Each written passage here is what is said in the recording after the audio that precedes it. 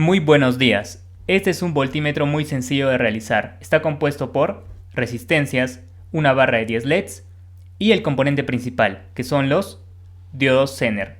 Para este circuito van desde los 3.3 voltios hasta los 18 voltios. En la parte derecha tenemos una fuente de alimentación DC que sirve para probar el circuito. Está en 1.17 voltios y van a ver que a medida que aumentamos el voltaje, los LEDs se encienden. Está en 5 voltios y casi 6 voltios y casi están prendidos 3 LEDs. Aumentamos un poco más, vamos a llegar a los 10 voltios y están prendidos 5 LEDs en su totalidad.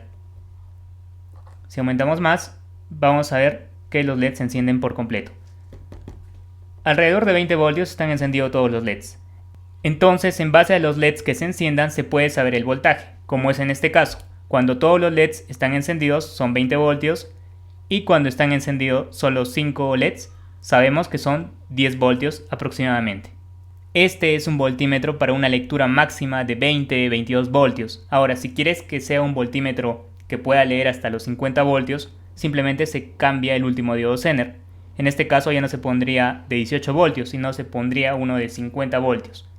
Ahora veamos el circuito y por qué es que algunos LEDs se encienden ante un determinado voltaje. Imaginémonos que le llegan 10 voltios al circuito. El circuito está conformado por ramas en paralelo. Eso quiere decir que a cada rama le corresponde el mismo voltaje. Para que circule corriente por la primera rama, el voltaje que le llegue al diodo Zener tiene que ser mayor a 3.3 voltios. Recordemos que el voltaje que consume el diodo LED de color rojo es de 2 voltios. Eso quiere decir que llegan 10 voltios menos 2 serían 8. 8 es mayor a 3.3 voltios, correcto. Por aquí sí circula corriente. Y se enciende el LED. La distribución de voltajes sería el siguiente. 3.3 voltios aquí, aquí 2 voltios. Y lo que sobra cae sobre la resistencia. Es decir que en la resistencia caería un voltaje de 10 voltios menos 2 menos 3.3 voltios. O sea, 4.7 voltios. Análogamente también se puede hacer esto para la segunda rama. 10 voltios menos 2 sería 8 voltios. Nos preguntamos, ¿8 voltios es mayor a 3.9 voltios? Correcto. Por aquí también circula corriente y se ilumina el LED. Y lo que cae en la resistencia sería 10 menos 2 menos 3.9, es decir, 4.1 voltios. Aquí también circula corriente, aquí también circula corriente. Y veamos aquí, ¿qué es lo que pasa? 10 menos 2, 8. 8 es mayor a 7.5 voltios, correcto, sí circula corriente.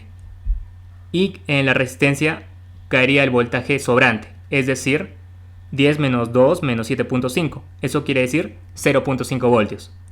En la sexta rama veamos qué es lo que pasa. 10 menos 2, 8. 8 es mayor a 9.1 voltios, no, eso es incorrecto, entonces por aquí no circula corriente. Y ni hablar por aquí ni menos por aquí. Entonces con 10 voltios solo se iluminan los 5 primeros LEDs. Ahora si le llegan ya 20 voltios o 20.3 voltios o un poco más, ya se iluminan los 10 LEDs. Ya puedes armar el circuito, pero quiero que tengas la siguiente consideración. En vez de colocar resistencias de 1/4 de watt, coloques resistencias de medio watt. ¿Por qué? Imaginemos que llega un voltaje de 20.3 voltios. En la primera rama sería 20.3 menos 3.3, 17 voltios, menos 2, 15 voltios. Son 15 voltios que caen en esta resistencia. Si hacemos el análisis de potencia sería potencia es igual a voltaje al cuadrado sobre resistencia. Voltaje al cuadrado. 15 al cuadrado sobre 1K.